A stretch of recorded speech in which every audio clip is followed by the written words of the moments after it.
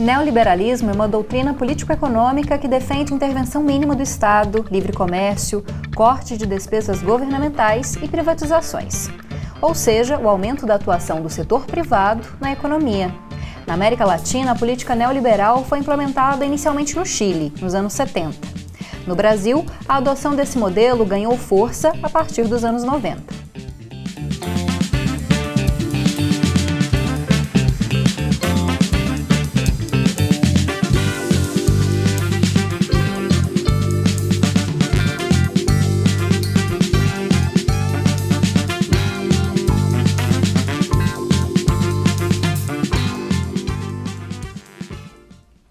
E é sobre políticas neoliberais e desenvolvimentistas, principalmente aqui na América Latina, que nós vamos falar hoje. Para debater conosco estão no estúdio o professor Everton Rosa, que é doutor em Teoria Econômica e professor da Faculdade de Administração, Ciências Contábeis e Ciências Econômicas da UFG. Olá, professor Everton, obrigado pela presença. Olá, Camila, eu que agradeço por estar aqui. E também contamos com a presença do professor Robert Bonifácio, que é doutor em Ciência Política e professor da Faculdade de Ciências Sociais da UFG. Obrigada, professor Robert. Eu que agradeço, Camila. Olá, Everton. Olá, Camila. Obrigado por convidar para participar mais um Conexões. Vou começar com o senhor, professor. O senhor poderia explicar um pouquinho para a gente como foi o surgimento histórico, né? Como que a gente pode falar um pouco desse pensamento econômico neoliberal, onde ele surgiu, quando surgiu? As raízes liberais do pensamento, o professor Everton vai poder me ajudar aqui, mas eu destaco dois pensadores, né? Um, John Locke, e o outro, Adam Smith. John Locke, mais antigo, né? Que cunhou os pilares do liberalismo, né? John Locke foi muito importante para a Revolução Inglesa, e Adam Smith é utilizado até hoje no campo econômico, especialmente, até nos debates políticos até hoje, essa ideia do Estado mínimo, da mão invisível do mercado. Então, nesses dois autores, John Locke e Adam Smith, tem algumas bases do pensamento liberal, seja para alguns preceitos econômicos, seja também para a teoria do Estado. Cabe lembrar, né, que política e economia são praticamente irmãs siamesas, e essas duas questões andam sempre de mão dadas, assim como você disse na introdução aqui do programa. Então, esse neoliberalismo seria uma atualização desse pensamento liberal? Sim, seria uma atualização desse pensamento neoliberal que teve aqui, no nosso campo aqui, América Latina, algumas ditaduras, né, como a chilena, como você bem disse, introduziu esse pensamento aqui. No Brasil, no meu ponto de vista, ele chegou tardiamente, nós tivemos estados fortes, né, a ditadura militar foi um período em que se proveu muitos direitos sociais, né? Embora podemos ter críticas, né, positivas e negativas a isso. Aqui no Brasil, praticamente no período Collor, né, em 90, e Fernando Henrique Cardoso. No meu ponto de vista, desde o período Collor, que há algum traço de políticas neoliberais do Brasil, alternando entre os governos maior ou menor ênfase, né? Eu acho que desde 90 nunca foi abandonado os preceitos básicos do neoliberalismo no Brasil. Professor Everton, pode falar um pouquinho mais também sobre esse pensamento econômico, como que ele surgiu e onde na economia? Tá. Eu tendo a ver o neoliberalismo como uma reação à consolidação do estado de bem-estar social a partir da Grande Depressão e da Segunda Guerra Mundial, né? E os expoentes desse pensamento passaram a ser o Hayek, né, e o Friedman. Então, eu tendo a entender o neoliberalismo como essa reação. Por quê? Porque o estado de bem-estar social, que é o que se consolida, sobretudo no pós-guerra de 45 a 80, ele é liberal em certo sentido. Ele não é o liberal clássico do século XIX, como o Bonifácio bem destacou, né? Mas ele é uma atualização do pensamento liberal, no sentido de que passa a ser uma das funções do Estado a responsabilidade social responsabilidade econômica do cidadão, ou seja, prover segurança, prover seguridade social, proteção, promover emprego. Então, o que acontece?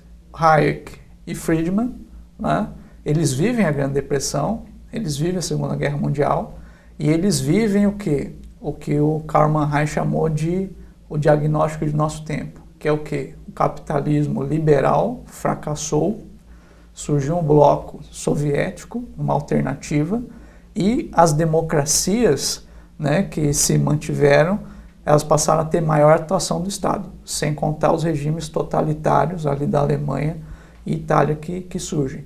Então, esses dois economistas, frente a, ou seja, o diagnóstico do nosso tempo do Manheim vai ter mais Estado na economia, seja democraticamente ou não democraticamente, seja de direita ou seja de esquerda, tem mais Estado. E eles ficaram horrorizados com isso, porque eles defendem, né, o fundamentalismo de mercado. Tudo é pelo mercado e esse é o melhor ambiente. Então eles aparecem ali, né, já nos anos 50, 60, só que ninguém dá atenção para eles.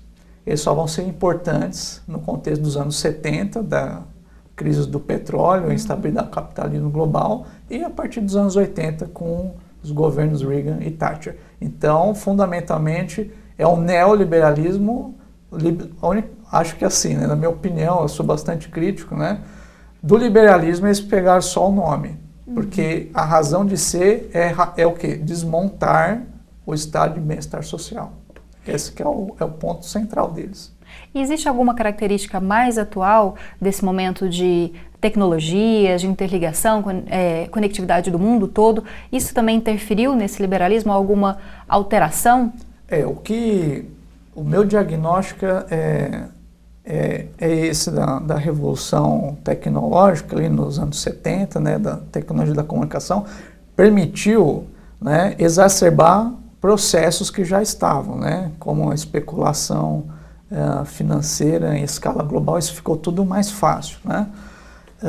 Mas o que eu tendo a ver, num momento de crise do capitalismo, né, uma crise por conta da Guerra Fria, da disputa, né? Então você pode ver, os choques do petróleo estão respondendo a conflitos diretos entre os Estados Unidos e a União Soviética no Oriente Médio, né? A guerra dos israelenses com o Egito, depois a guerra com o Irã e tudo mais. Então, assim, o conflito da Guerra Fria levou a uma mudança de como estava vindo essas décadas douradas do capitalismo regulado, né? E é nesse momento que esse pessoal neoliberal começa a ter maior proeminência, porque nesse momento específico, aparentemente, a solução seria ainda mais intervenção do Estado. E aí foi nesse momento que colou esse discurso, muito falado pelo Reagan, de que o problema é o Estado, então vamos desmontar essas regulamentações. Então, o meu diagnóstico nesse momento crítico, mais intervenção, e o que venceu foi o quê? Não, tira a intervenção, né? A gente vai para o intervalinho, daqui a pouco voltamos com essa discussão. Assista Conexões pelo 15.1 do Sinal Aberto, 21 da NET e 15 da Gigabyte HD TV. Além disso, dá para assistir ao programa pelo site, pelo nosso aplicativo ou pelos nossos perfis em redes sociais, Facebook, Twitter e YouTube.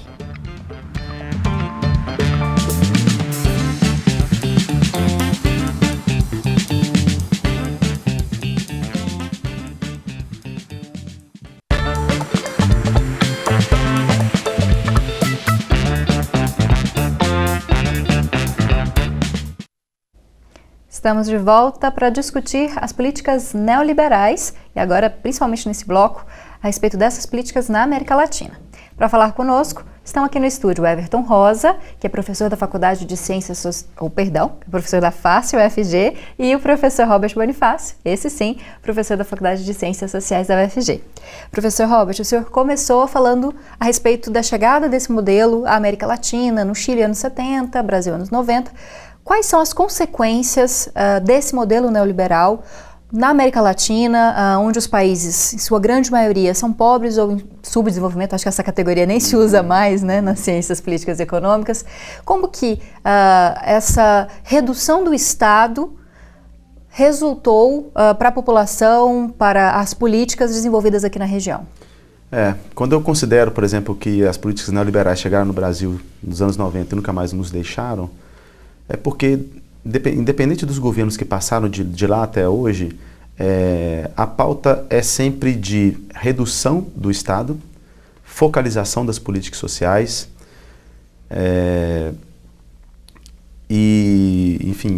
a questão da privatização, né? E, por exemplo, diversas reformas foram feitas. Se discute muito, por exemplo, a reforma recente da Previdência, que foi a mais ampla feita até então, mas os governos Lula, governo Dilma já tinham feito. Fernando Henrique começou com um sistema de privatizações e concessões, parcerias público-privadas. E o que vigora no Brasil, como vigora em maior parte do mundo, é a lógica da focalização em políticas sociais, que é uma lógica desenvolvida, se não me engano, pelo Banco Mundial, mas certamente hoje em dia defendida, né, e valorizada muito pelo Banco Mundial.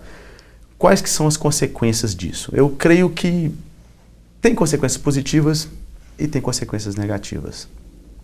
As consequências positivas, no meu ponto de vista, é uma reflexão maior sobre os custos das políticas, o custo da máquina pública, né?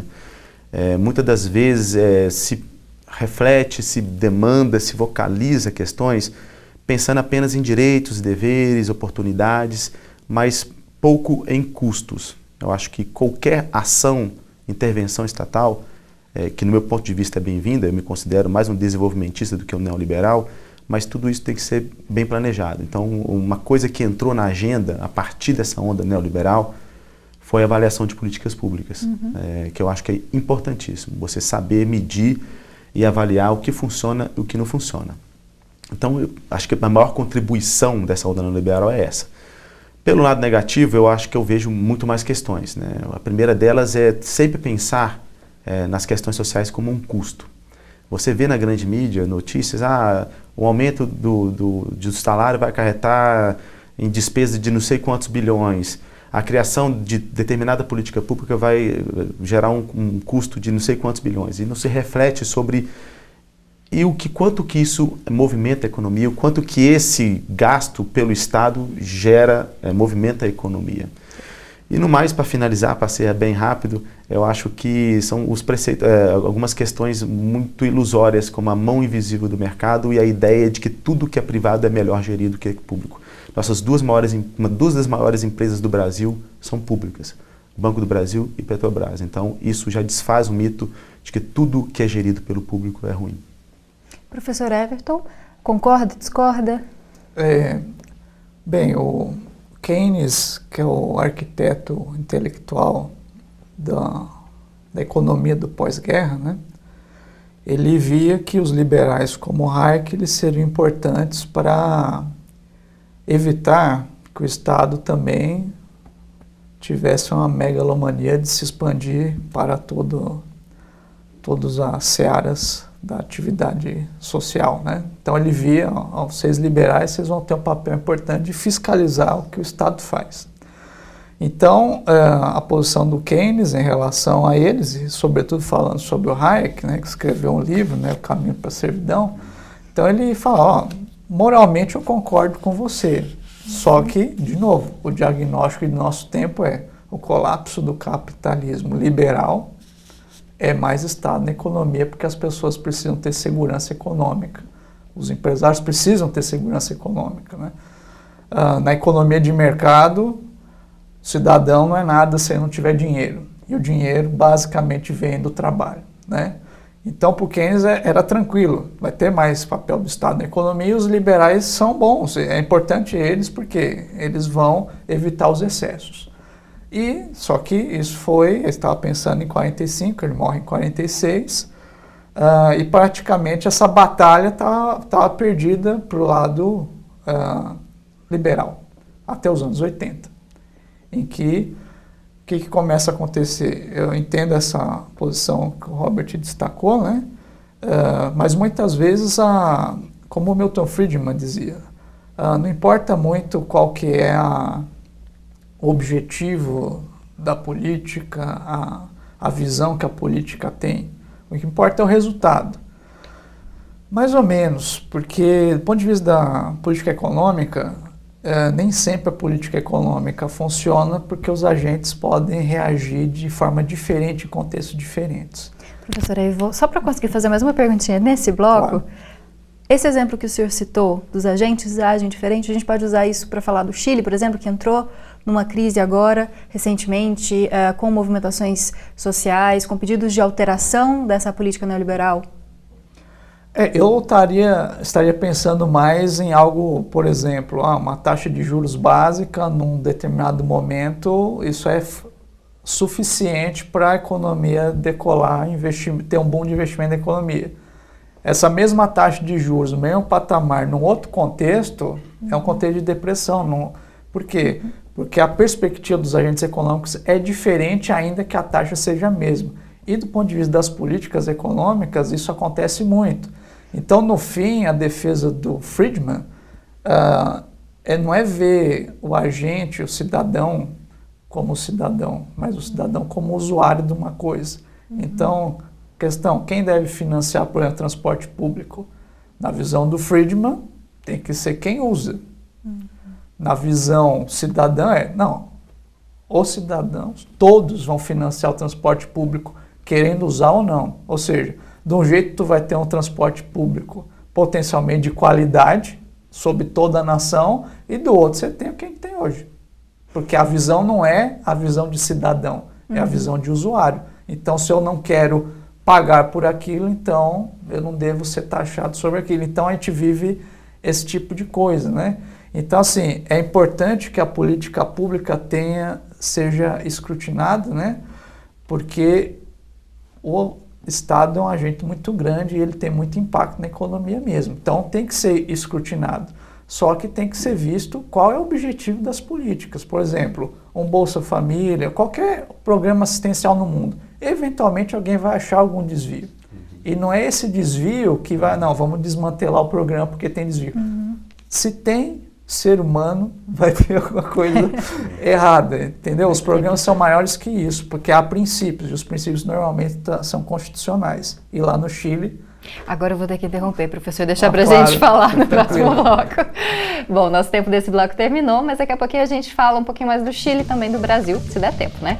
Contribua com a gente, mande a sua sugestão para jornalismo@tvufg.org.br ou então pelo WhatsApp 99181-1406. Além disso, dá para mandar sugestão e assistir o conteúdo pelo aplicativo da TV UFG. Você baixa ele gratuitamente pelo Google Play ou então nesse QR Code que você está vendo aqui na tela.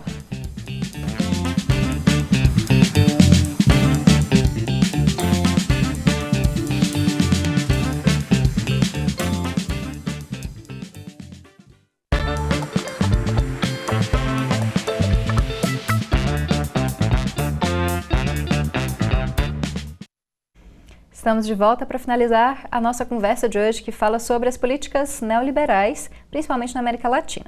Estão aqui conosco o professor Everton Rosa, que é da FACE UFG, e também o professor Robert Bonifácio, que é da Faculdade de Ciências Sociais, também da Universidade Federal de Goiás. Professor Everton, tive que interrompê-lo, né, que nosso tempo acabou. Sim. O senhor podia fazer uma análise, então, da questão da crise no Chile, né, relacionada a esse neoliberalismo. E apesar dessa crise, o Brasil parece que tem investido muito nesse tipo de política, né? Paulo Guedes já tem dado algumas declarações a respeito dessas políticas, né, que estão sendo implementadas. Como é que a gente pode analisar esse cenário? Para não me estender muito, a América Latina, sobretudo no século XIX, né, fez suas independências, né, mas uma hora ou outra começou a adotar políticas liberais, né? Então a gente termina o século XIX, começa o século XX com políticas ditadas pela Inglaterra e pelos Estados Unidos que não tem nada a ver com o funcionamento da nossa economia e com a inserção global dela. Um dos mais críticos a esse tipo de política sempre foi o Barão de Mauá, né, o empresário industrialista. Por quê? Porque essas políticas liberais elas são contrárias ao desenvolvimento econômico e isso já era nítido lá. O que aconteceu? Uma grande depressão no mundo, uma Segunda Guerra Mundial e um pacto entre 45 e 80 que o quê? A Europa vai se reconstruir e os países, eu chamo eles ainda de subdesenvolvidos, né? Que é a expressão do Celso Furtado e do Raul Prebisch. Os países subdesenvolvidos, né? Eles vão ter condições, apoio global para poder adotar planos de desenvolvimento econômico, né? Isso tem uma vigência mais extensa ou menos extensa, dependendo do país. Então, no Chile foi até os anos 70, no Brasil vai mais, vai até quase o final dos anos 80, né? E aí é adotado uma política neoliberal, no caso do Chile, você implantou o neoliberalismo e o que se diz é o neoliberalismo do jeito que se implantou no Chile não é possível numa democracia. E isso a consciência dos próprios Chicago Boys. Ou seja, então você vai dar liberdade econômica acabando com todas as outras liberdades. É só no regime ditatorial que você consegue fazer isso, e a pergunta é, e vale a pena fazer isso? Então, o que eu entendo?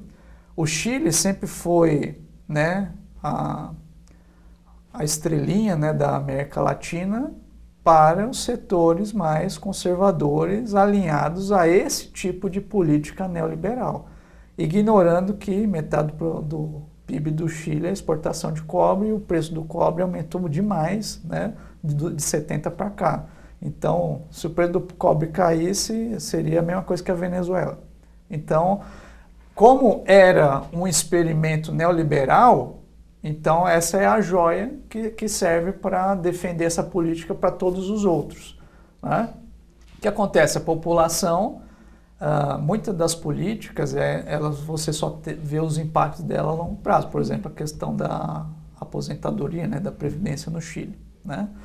Então, assim, há um movimento de insatisfação no Chile há bastante tempo, e ele ganhou peso esse ano, né? Então, a insatisfação vem porque tem crescimento econômico, não é nada também extraordinário. O produto per capita aumentou, mas também não é nada extraordinário, não é nível europeu, nada. Só que a questão é a seguinte, e como é que esse crescimento, os frutos dessas reformas são distribuídos? E a sociedade chilena parou para pensar que é muito injusto. Professor, vou ter que passar para o professor Robert, senão nosso tempo Claro. acaba. Professor Robert, queria sua contribuição também para falar um pouquinho mais da América Latina. Sim, eu acho que... E do Brasil, né? Sim, eu concordo com o professor Everton, assim, eu acho interessante é que até a eclosão desses protestos recentes do Chile, Chile e Uruguai eram vistos como a Europa da América do Sul, né? E o Chile passou de uma referência positiva do que se fazer para o que não se fazer. E sim, a adoção de um Estado neoliberal muito extremo no Chile trouxe amplas desigualdades, e o setor talvez que mais sofra com isso são os aposentados, né? Que tem uma comparação no tempo, já não me lembro qual o intervalo de tempo disso, mas cerca de metade do poder de renda dos aposentados, perdeu-se metade do poder de renda, e muitas vezes sobra pouco para além de comida e remédios, né? E some-se a isso uma taxa elevadíssima de suicídio entre eles. Então, isso é um reflexo, um claro reflexo de ideias extremadas do neoliberalismo, né? Por exemplo, quando se adotou o sistema de capitalização do Chile, imaginava-se que diversas empresas fariam esse seguro, esse serviço, né, da aposentadoria, e só tem 2 empresas. Então, independente se for uma ideia desenvolvimentista ou neoliberal, se mal aplicada, quem vai sofrer com isso é a população. Não existe nada pior do que um Estado incompetente, né? E nós estamos vendo isso no Chile, não é à toa que há essa eclosão social, e se mantiver esse teto dos gastos públicos no Brasil, que eu duvido que se manterá por 20 anos, porque provavelmente o próximo presidente ou a próxima presidente não conseguirá governar sobre esse regime, nós vamos ter uma situação muito parecida, infelizmente.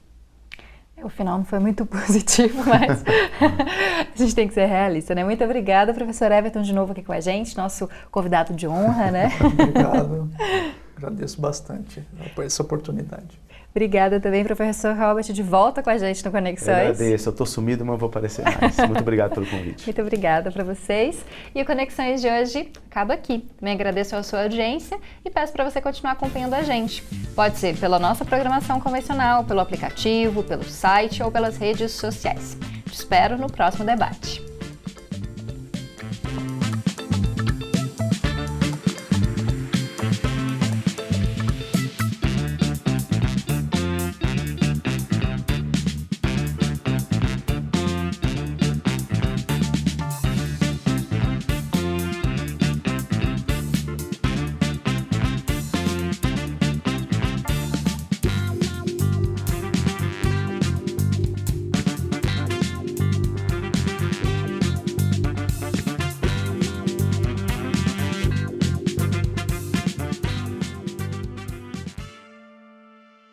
O sistema está se desagregando, novas formas de articulação ainda não surgiram, certo? E o resultado prático é pessoas muito inseguras. E pessoas muito inseguras são muito suscetíveis a reagir a apelos de ódio, de gritaria, coisa do gênero, porque se sentem perdidas. Nós temos transformações profundas, né? No essencial, nós temos 3 desafios. Um, que é o ambiental.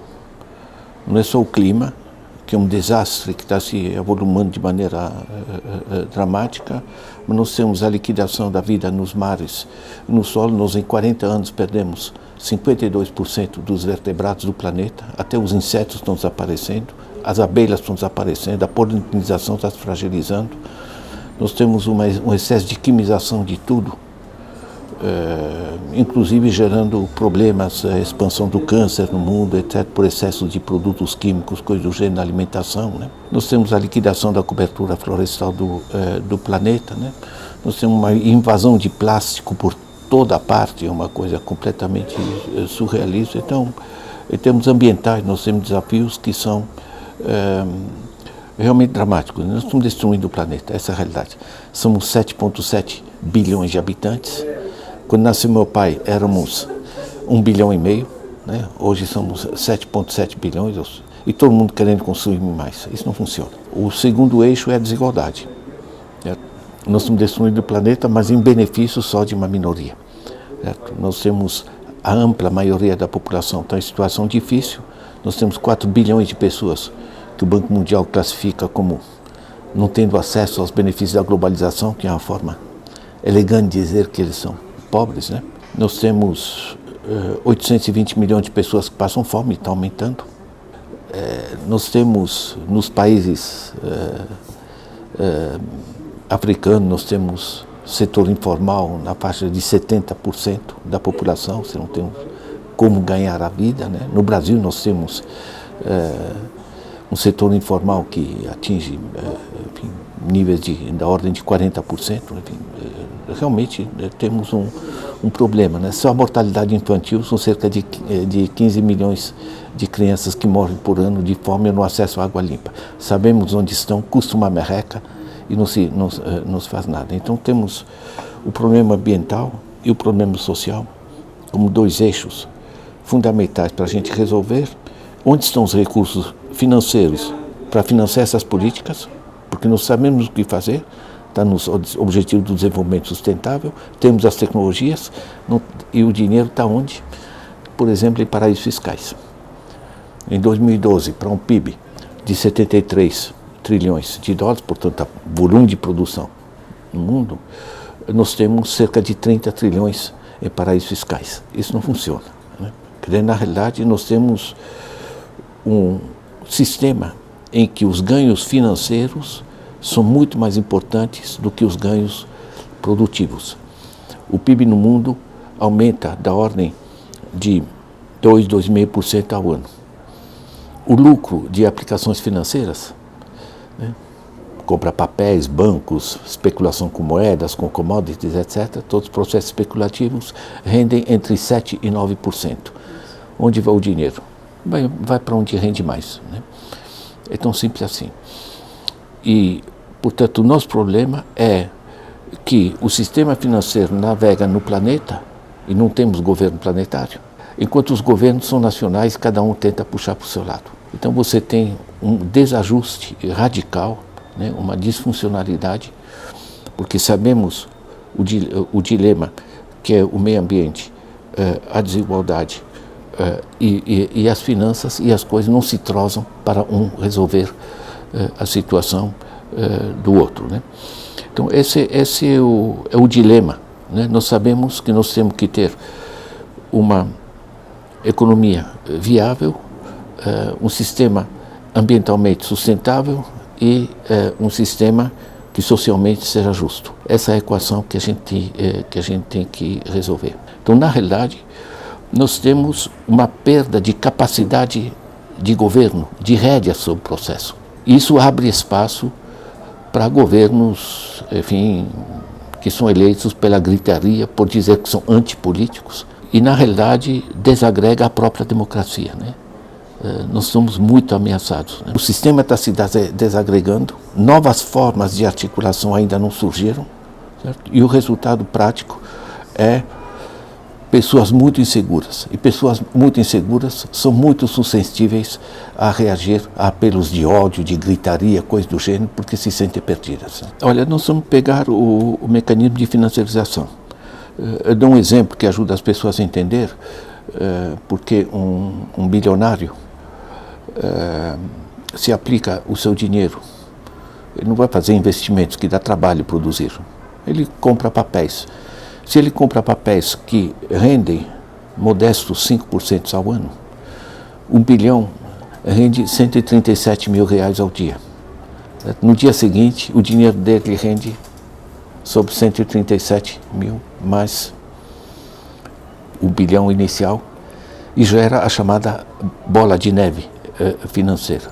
Isso permitiu a situação atual em que temos no mundo 1% que tem mais do que os 99 seguintes, ou a situação brasileira em que você tem 6 famílias que têm mais do que a metade mais pobre da população, né? Surgiu, a Forbes apresentou um estudo sobre os 206 bilionários do país. É muito interessante. Vocês pegam Joseph Safra, certo? Dono do Banco Safra, ele tem um patrimônio pessoal, né? Não é a renda, é patrimônio acumulado de 95 bilhões, e nos últimos 12 meses ele aumentou em 19 bilhões. Ele não vai investir, porque dá trabalho, certo? Desses bilionários se contam nos dedos as pessoas que produzem alguma coisa. O que está acontecendo? Quando você desloca o uso dos recursos para aplicações financeiras especulativas, e grande parte migra para paraísos fiscais, né? O Brasil tem 2 trilhões de reais em paraísos fiscais, você não está investindo na economia. Quando você não está investindo na economia, você tende a paralisar a economia.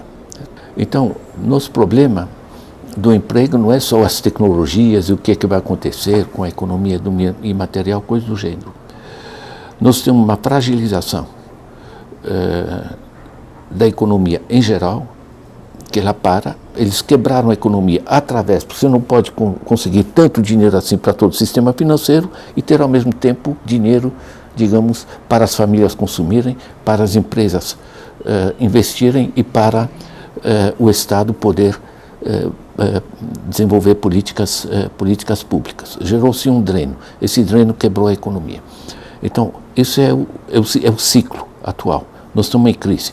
Certo? A partir de 2013, quando a Dilma tentou reduzir as taxas de juros para reduzir esse tipo de fortunas, entrou em guerra com o sistema financeiro, isso não prestou, já estava condenada. Certo? A partir de 2013 nós não temos mais governo, temos boicote, manifestações, etc.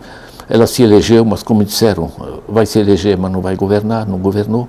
Certo? E agora nós já estamos no 6º ano de paralisia. Brasil são 210 milhões de habitantes, força de trabalho 105 milhões, certo? Desses 105 milhões, empregados, que a gente chama de emprego, ou seja, o cara tem carteira de trabalho, tem horário, enfim, tem uma empresa que pertence, certo? Apenas 33 milhões, certo? Nós estamos falando em 105, apenas 33. O emprego mudou.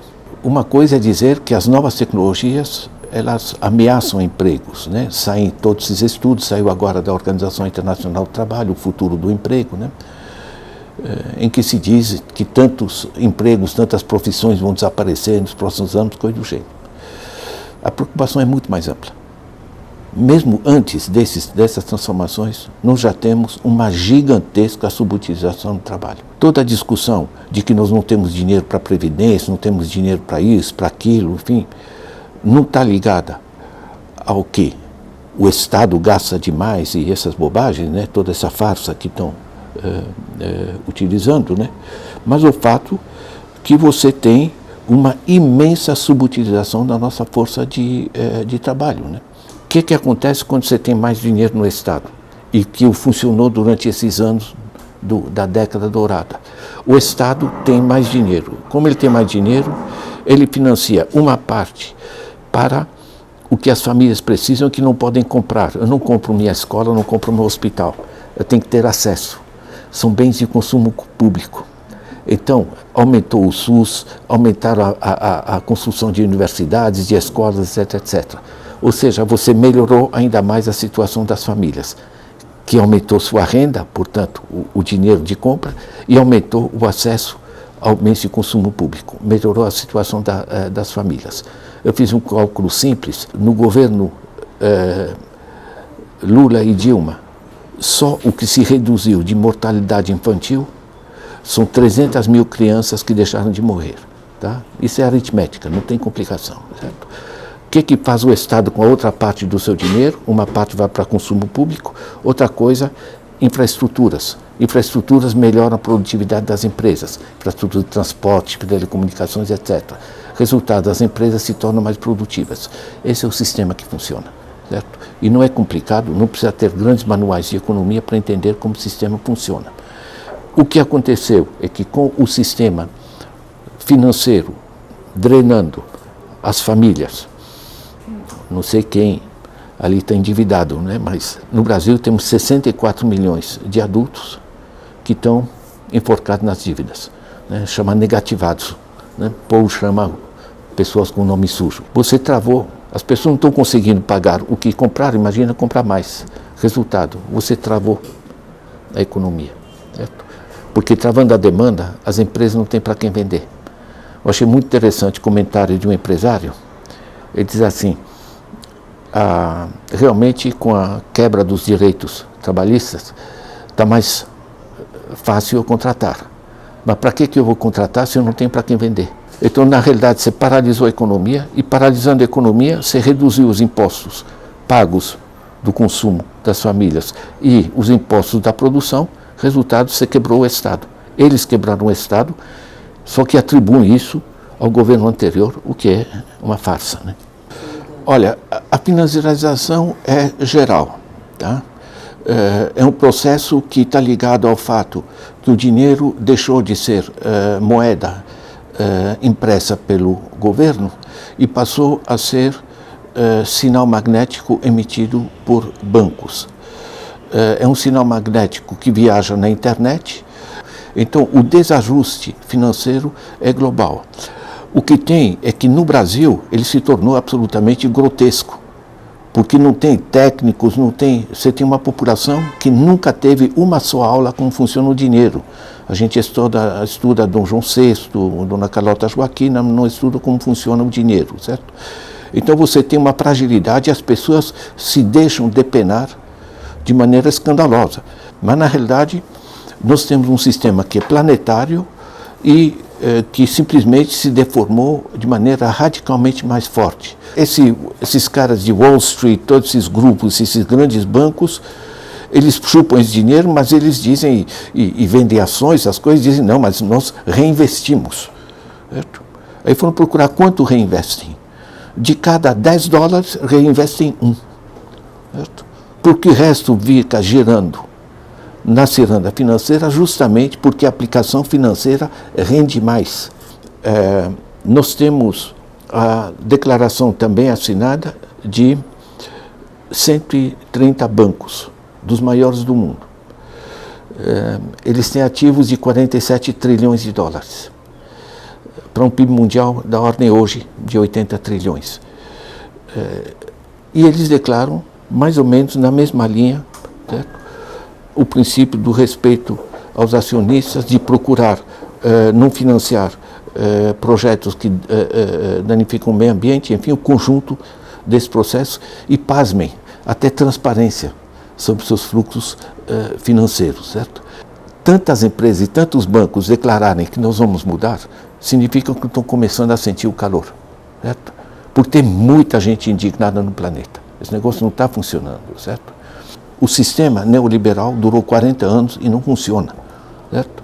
O Joseph Stiglitz, que foi economista-chefe do Banco Mundial e economista-chefe do Clinton, diz que esse sistema foi um desastre retumbante. Todos esses trabalhos que estão surgindo agora, estão buscando uma coisa por exemplo, Thomas Piketty, Stiglitz, o Roosevelt Institute, o New Economics Foundation, todos eles estão trabalhando em consertar o que tem, certo? E não sonhando na coisa. Eu estou usando, vocês quiserem podem pegar no meu blog um estudo que chama Além do Capitalismo. Eu estou trabalhando com outro modo de produção. Eu acho que o que a gente está criando não é mais capitalismo. Você tinha era rural, feudalismo, etc., né? Base agricultura. Capitalismo é base indústria. Hoje a base é conhecimento. A base de conhecimento vai gerar outro modo de produção. Nós estamos indo para outra coisa. Nós estamos estudando muito como está se deformando o capitalismo e estamos estudando insuficientemente que novo sistema está se formando, né? E eu acho que estamos evoluindo para alguma coisa realmente nova, né?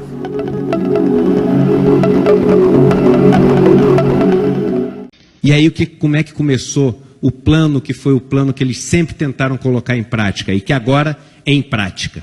A gente começa fazendo o seguinte: para tirar o poder do Estado, temos que tirar a capacidade do Estado de investir. Porque quando o Estado investe, nós todos investimos. E nós todos temos direito, pelo menos em tese, a um pedaço do resultado dessa riqueza gerada. E como é que você impede o Estado de investir?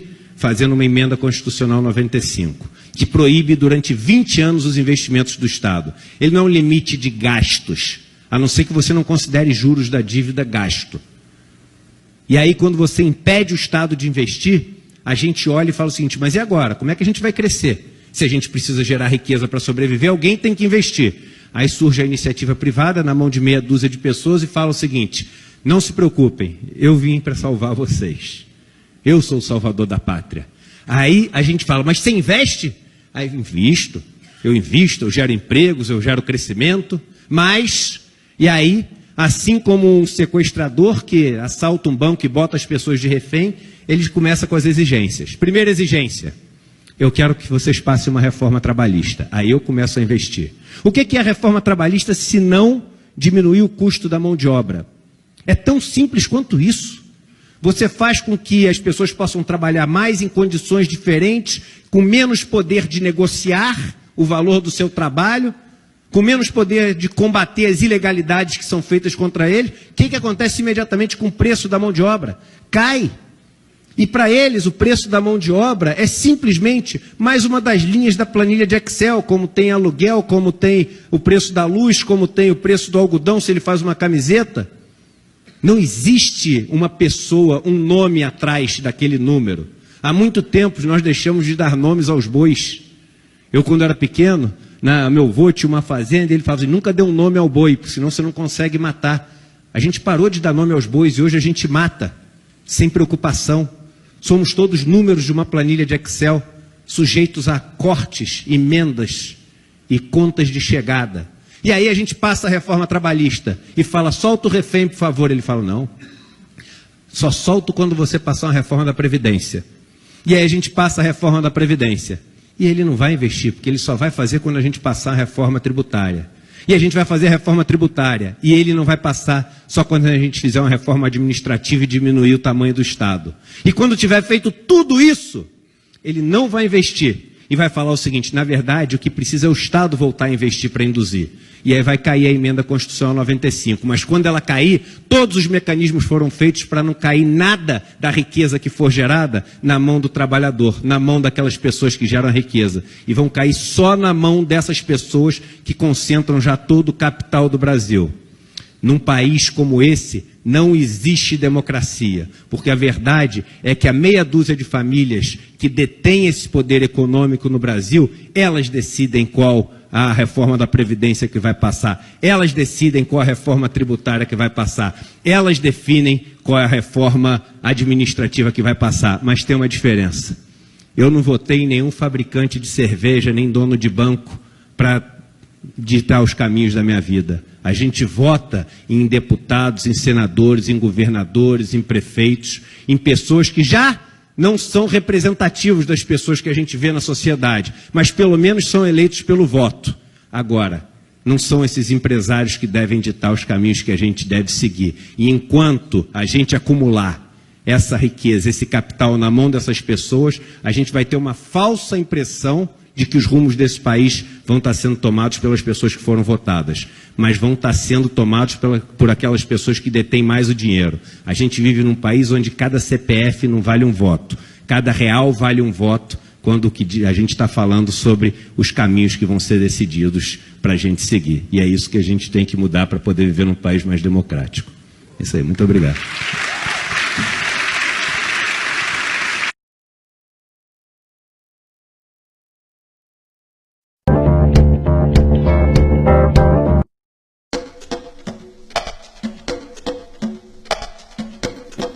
O que marca o neoliberalismo é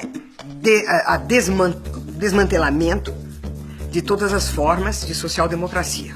Portanto, a derrubada da direção dos fundos públicos para os direitos sociais. Todos os direitos, né, sociais são abolidos pelo neoliberalismo, são transformados em serviços, eles deixam de ser direitos, eles são transformados em serviços e você compra e vende no mercado. A grande privatização neoliberal não é das empresas estatais. A grande privatização é a transformação dos direitos em serviços que você compra no mercado. Feito esse serviço, você vai precisar de uma ideologia que diga que isso é ótimo, que isso não poderia ser melhor. Qual é a ideologia que vem?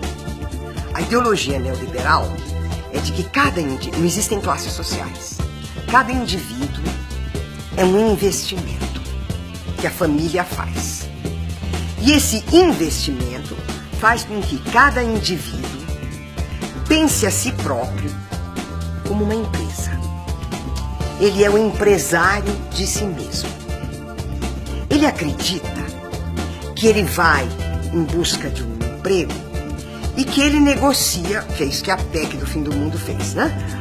Que ele negocia de igual para igual com o empregador, porque o empregador tem uma empresa e ele é uma empresa individual que vai prestar serviços para uma empresa maior. E esse empresário de si mesmo tem que ter um plus, porque tem 1 milhão junto com ele indo procurar aquele emprego.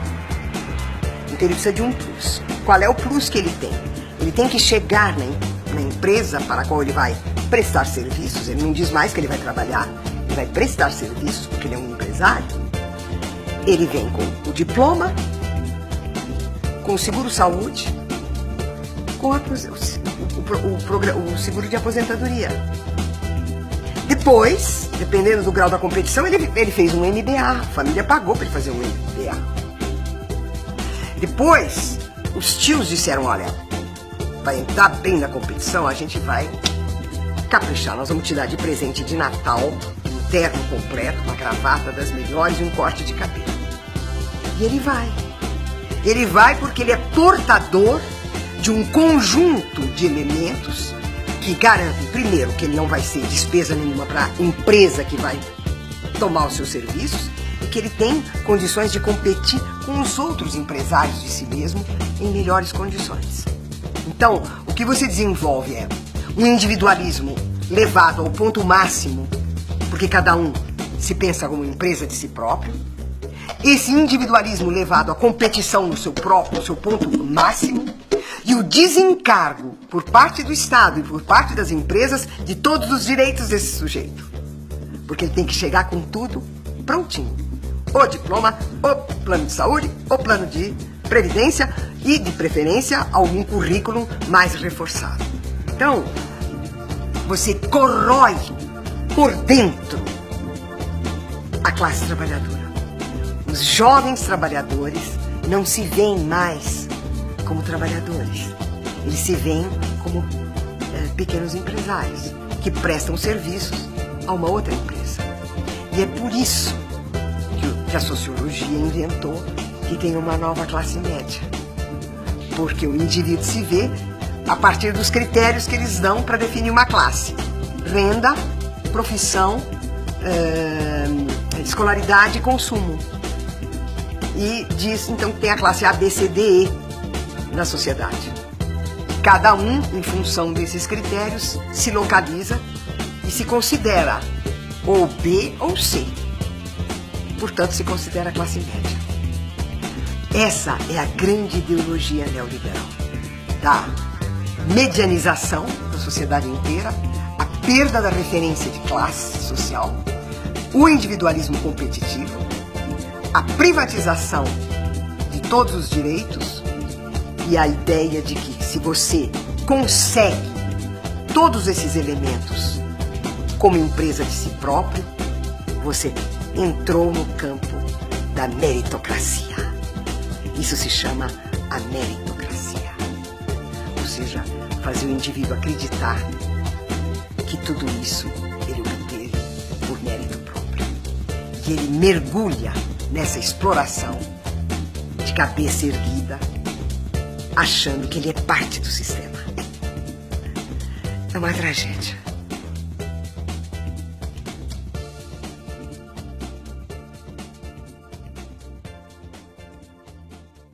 Há uma tese defendida por alguns economistas de que o neoliberalismo chegou ao seu ponto de crise final, porque ele não tem mais como prosseguir.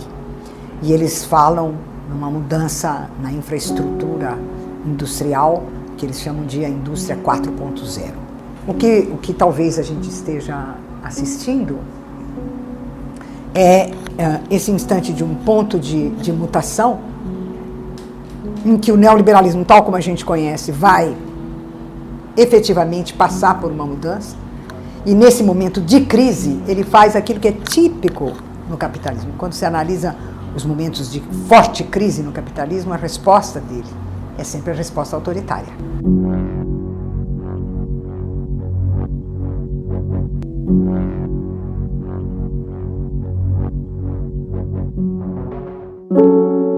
Você tem as diferentes respostas autoritárias, totalitárias, ditatoriais, e você tem, são os instantes dos quais a extrema-direita, em toda parte, toma o poder, toma os governos. Isso faz parte da história das crises do capitalismo. Então, nesse momento em que você está à beira, efetivamente, de uma crise na periferia do sistema, porque no centro do sistema eles vão muito bem, obrigado, porque eles estão fazendo indústria 4.0. Né? Mas na periferia do sistema você tem a crise. E a resposta capitalista à crise é sempre o endurecimento de direita e de extrema-direita. Há duas possibilidades abertas. Uma é essa direita efetivamente se fortalece e toma conta do pedaço, né? Ou a quantidade de crises sociais, aí não econômicas, de crises sociais são tão grandes, né, que o sistema estoura. Né? Mas para isso você teria que pensar, por exemplo, como é a nova classe trabalhadora. Nós não sabemos. Não sabemos o que é o precariado. É uma nova classe trabalhadora, convencida de que ela é empresária de si mesma, né? E a gente não sabe o que ela é, nem como ela funciona. Então, dizer o sistema explode à esquerda, sim, se nós soubermos o que é a nova classe trabalhadora. Ele explode à direita? Sim, porque é a forma como o capitalismo explode na periferia. Os elementos próprios do fascismo não estão presentes mais. E é por isso que você tem um totalitarismo que eu chamo de novo. Né? A minha ideia é de que ele é totalitário, né? O neoliberalismo é totalitário, porque ele tem um traço que esse é o traço definidor do totalitarismo, que é considerar que todas as instituições sociais são homogêneas, que elas são equivalentes e que você pode tratar todas elas de acordo com as mesmas regras, as mesmas normas, os mesmos valores, que são os princípios administrativos. Então você tem uma visão abstrata da sociedade. A ideia da política como governo, da ideia da política como discussão, como conflito, desaparece. Porque o que você tem no lugar é a ideia da política como gestão. Gestão administrativa dessa pluralidade de empresas que formam o todo da sociedade. E o próprio Estado é considerado uma empresa. Nesse sentido, você tem a privatização do Estado. Não é que o Estado pratica a privatização. Ele próprio é pensado com a estrutura característica do mundo dos interesses privados. Né? E é por isso que o governante dá a si próprio o nome de gestor. Eles têm o fascínio, então, pelas ditaduras militares, civis militares, eles têm o fascínio pelo mundo da Guerra Fria, pelo mundo bipolar da Guerra Fria, construído pelo Departamento de Estado americano, que é onde está a cabeça do Trump também. O Trump tem uma cabeça que parou nos anos 50, 60. Ele está parado lá. E os nossos aqui estão parados lá também. Então, eles são... E é por isso que o desastre que eles estão realizando é maior do que seria se eles fossem contemporâneos do nosso próprio tempo. Se eles pertencessem efetivamente ao século XXI e fossem capazes de compreender a nova situação da economia, a nova situação da política. Eles não são. Então, eles têm uma cabeça completamente perdida no tempo e decisões perdidas no tempo. O que faz com que eles operem não propriamente como uma força gestora, nem como uma força governante. Eles operam como uma força devastadora. E em função desse modelo, que está só na cabeça deles, da Guerra Fria e da bipolaridade, eles pensam a relação entre o centro e a periferia do capital como uma relação de subordinação. E, portanto, nós estamos subordinados ao centro e nós somos a periferia da periferia. Por que periferia da periferia? Porque eles estão praticando a devastação da economia brasileira, da sociedade brasileira, da cultura brasileira. Estão devastando tudo. Então, nós não somos sequer a periferia. Nós somos periferia da periferia. Um país agroexportador no século XXI. Nós devemos isso à total ignorância, incompetência e indecência desses reles totalitários, que eles não sabem que eles são totalitários.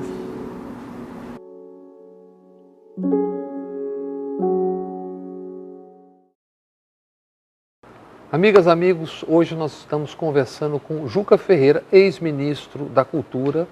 No final do governo Lula, foi secretário executivo na gestão do Gilberto Gil, depois foi ministro da Cultura com Dilma, foi secretário da Cultura com Haddad e hoje é secretário da Cultura em Belo Horizonte.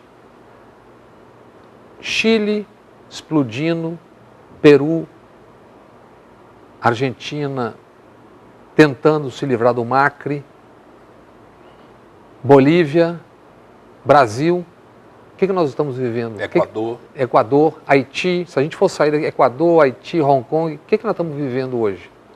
Nós estamos vivendo uma fermentação. O projeto neoliberal, na medida em que avança, se revela impopular, contra a nossa soberania, nem mesmo na economia que eles tinham obrigação, não são bem-sucedidos, não foram em nenhum desses países. É só retirar direitos, destruir mecanismos da democracia e chegam na antessala de um governo autoritário. Olha o Chile aí, pulou de um oásis, como era apresentado o neoliberal. O Chile foi um modelo, o primeiro parque temático neoliberal no mundo, com o Pinochet, que, em resumo, é desenvolvimento econômico sem direitos sociais, sem democracia. Ao que consta com ideias também de Paulo Guedes, diz Paulo a lenda. Guedes veio de lá. Estão propondo que ele vá lá tentar convencer a população que é bom não ter previdência social pública. Então, tem gente cotizando para pagar a passagem dele para ir lá conversar com aquela população enraivecida. Nós estamos vivendo um momento que está claro que o ciclo neoliberal vai ser rápido. Nós vamos entrar numa fase de convulsão, de enfrentamento, de desordem, de autoritarismo, porque não há possibilidade de impor a essas sociedades um modelo onde vão lhe retirar os poucos direitos conquistados e o que vão dar de volta é muito pouco, é muito frágil, é muito desumano. Não há possibilidade de sonhar com felicidade, com futuro nessas propostas. Então, o Brasil está entrando mais lentamente, é um país que tem características próprias. Nós nunca reagimos de maneira igual que os latino-americanos. Eles são mais sanguíneos, mais consciência social. Mas, na verdade, a gente fala isso A questão é onde o sangue vai parar, que o Brasil mata mais de 60 mil por ano, mais de 1,5 milhão nos últimos 35 anos. Mas eu estou falando da rebeldia de rua, de a cidadania dizer basta e basta. Não tem como continuar a não ser com a imposição das armas. O que é o Brasil de Bolsonaro? O Brasil de Bolsonaro, se não fosse trágico, era uma comédia. Eles fazem uma comédia startup bem interessante.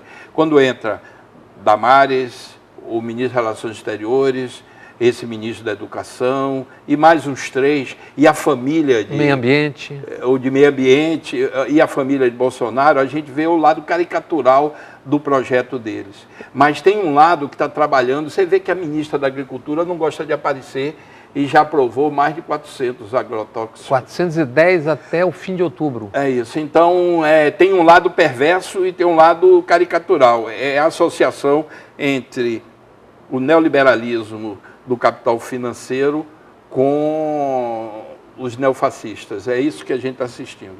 Você usou uma expressão aí da psicanálise, que é perversão. Na psiquiatria chama-se, na política, ou na sociologia, ou na filosofia, fascismo, e na psiquiatria chama-se psicopatia, psicopata, que é aquele mentir o tempo todo, você mente, a pessoa fala, mas eu fui lá, fala, mas eu não te chamei. Quer dizer, você mente o tempo todo. Por exemplo, em relação ao óleo no Nordeste, as falas do presidente Bolsonaro são inacreditáveis. Quer dizer, é uma mistura, é um complô das ONGs com o governo Maduro. E em relação à Amazônia, aos incêndios? Não existe incêndio. Diz que não existe incêndio, depois quando a mídia mundial mostrou que existia incêndio, que a brasileira não mostrou inicialmente, quando ficou claro que existia uma escala de incêndio nunca vista, ele disse que eram os militantes das ONGs ambientalistas. Disse agora... É um grau de disfarçatez, mas de o nome mentira, disso... Porque isso tem audiência numa base social desprovida de informação, desprovida de cidadania, que acaba aceitando religiosamente, e tem seus pastores para fazê-los aceitar religiosamente essas mentiras. Então a gente está vivendo um enfrentamento que é difícil até como responder a certas coisas, como mamadeira de piroca e tal. É difícil você chegar a um termo de mostrar para essas pessoas que isso é de uma sandice absoluta. Você tem corrido o Brasil, tal. Como sairemos disso? Como sair disso? Olha, o Brasil está fermentando uma reação. Isso dá para sentir quando você vai. Em boa parte da pobreza, ela é silenciosa, porque tem medo. A pobreza vive em condições tão precárias que qualquer movimento pode tornar inviável as suas vidas. Muita gente indo para a rua. 3 séculos e meio de escravidão deixa suas marcas. O medo da Casa Grande. Exatamente. Mas está fermentando. Nas classes trabalhadoras está muito evidente a lucidez do que está acontecendo, mas ainda não tem uma reação. Em outros setores, no setor cultural está uma fermentação enorme. Os cineastas estão vendo todas as conquistas irem por água abaixo, a destruição da Ancine, a destruição do Fundo Nacional, a censura explícita dita pelo presidente e sustentada pelo Osmar Terra.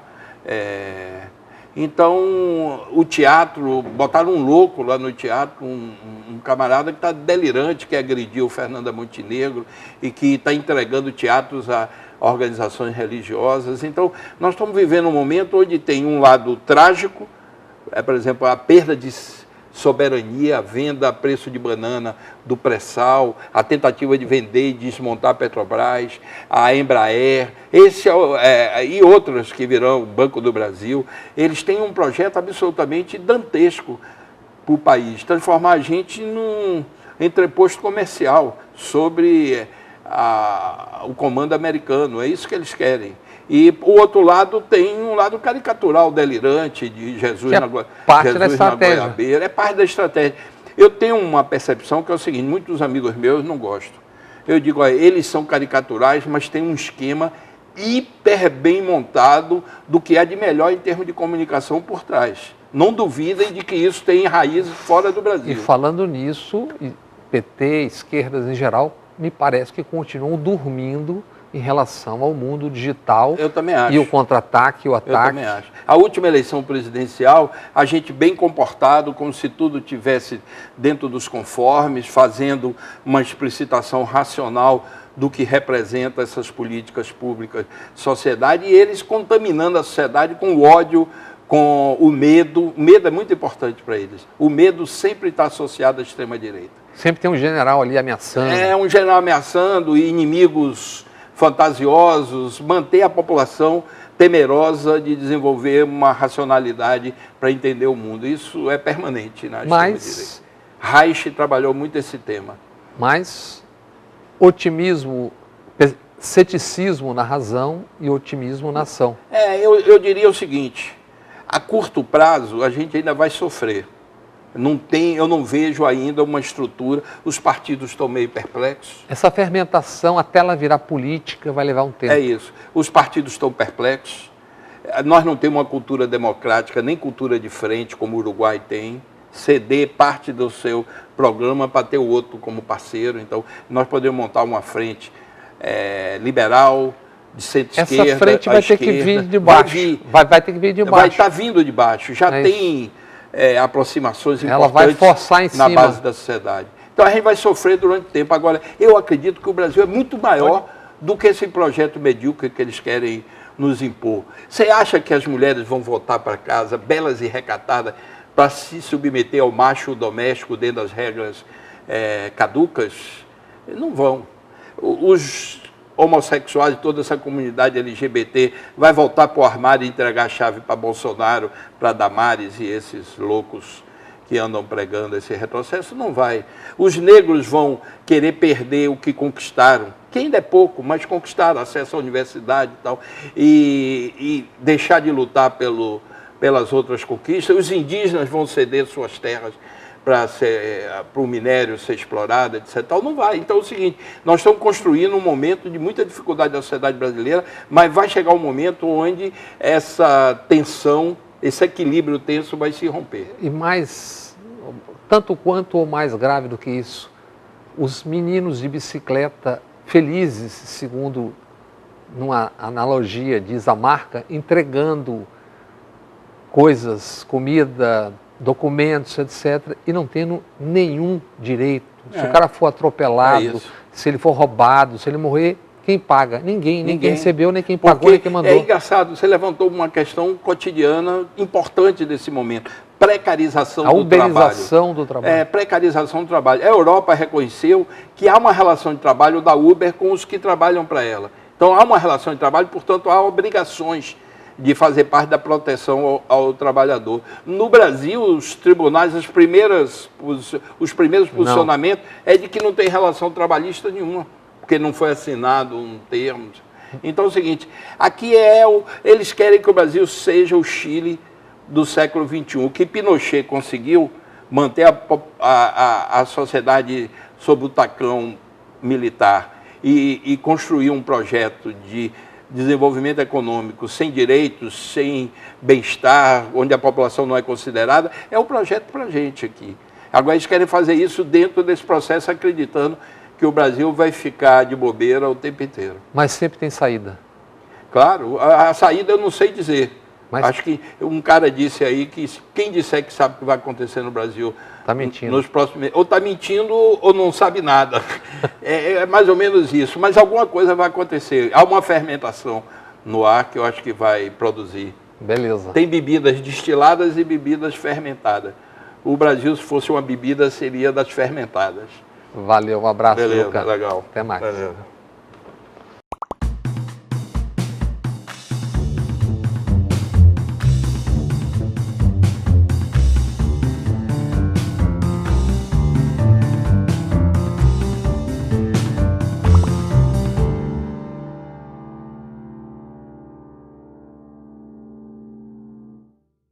O Brasil não tem um problema de saúde pública, tem dois problemas de saúde pública: a pandemia e o presidente Jair Bolsonaro.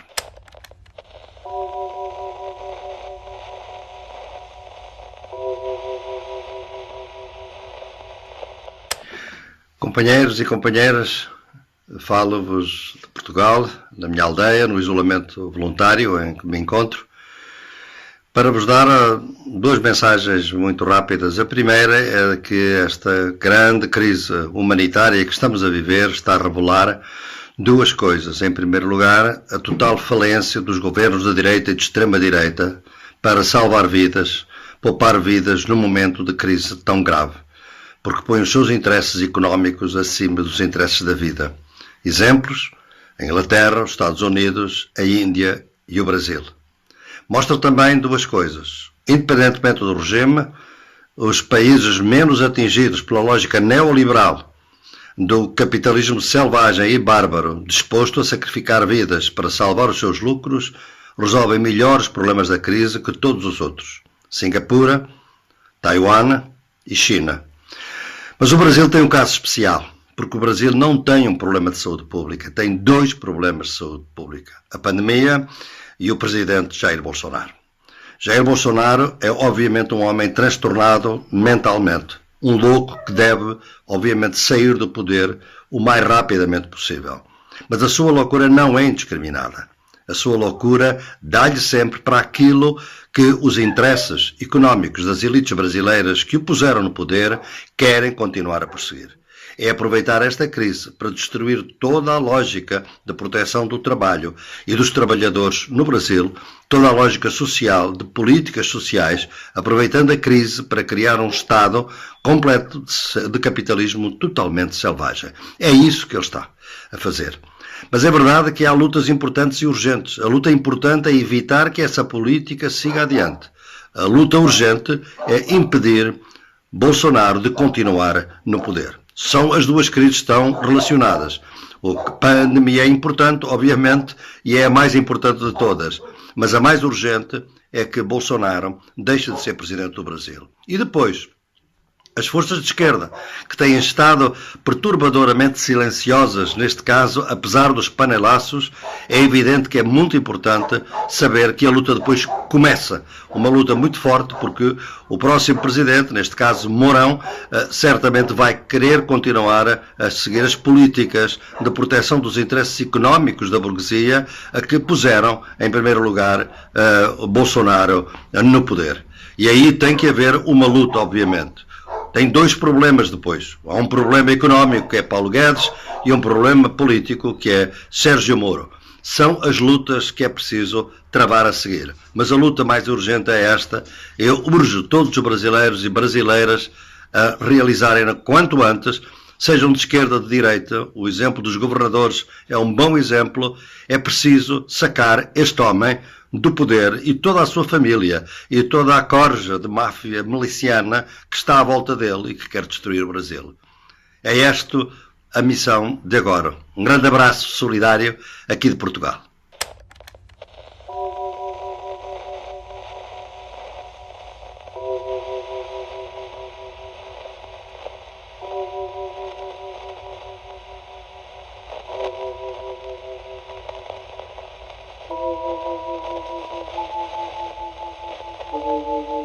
Sei que a gente se acostuma, mas não devia. A gente se acostuma a morar em apartamentos de fundos e a não ter outra vista que não as janelas ao redor. E porque não tem vista, a gente logo se acostuma a não olhar para fora. E porque não olha para fora, logo se acostuma a não abrir de todo as cortinas. E porque não abre as cortinas, logo se acostuma a acender cedo a luz. E à medida que se acostuma, esquece o sol, esquece o ar, esquece a amplidão. A gente se acostuma a acordar de manhã sobressaltado porque está na hora, a tomar o café correndo porque está atrasado, a ler o jornal no ônibus porque não pode perder o tempo da viagem, a comer sanduíche porque não dá para almoçar, a sair do trabalho porque já é noite, a cochilar no ônibus porque está cansado, a deitar cedo e dormir pesado sem ter vivido o dia. A gente se acostuma a esperar o dia inteiro e ouvir no telefone: hoje eu não posso ir. A sorrir para as pessoas sem receber um sorriso de volta, a ser ignorado quando precisava tanto ser visto. A gente se acostuma a pagar por tudo o que deseja e o de que necessita. E a lutar para ganhar o dinheiro com que pagar, e a pagar mais do que as coisas valem, e a saber que cada vez pagará mais, e a procurar mais trabalho para ganhar mais dinheiro, para ter com que pagar nas filas em que se cobra. A gente se acostuma à poluição, as salas fechadas de ar-condicionado e cheiro de cigarro, a luz artificial de ligeiro tremor, ao choque que os olhos levam na luz natural, as bactérias de água potável, a gente se acostuma a coisas demais para não sofrer. Em doses pequenas, tentando não perceber, vai afastando uma dor aqui, um ressentimento ali, uma revolta acolá. Se a praia está contaminada, a gente molha só os pés e sua no resto do corpo. Se o cinema está cheio, a gente senta na primeira fila e torce um pouco o pescoço. Se o trabalho está duro, a gente se consola pensando no fim de semana. E se no fim de semana não há muito o que fazer, a gente vai dormir cedo e ainda fica satisfeito porque tem sempre sono atrasado.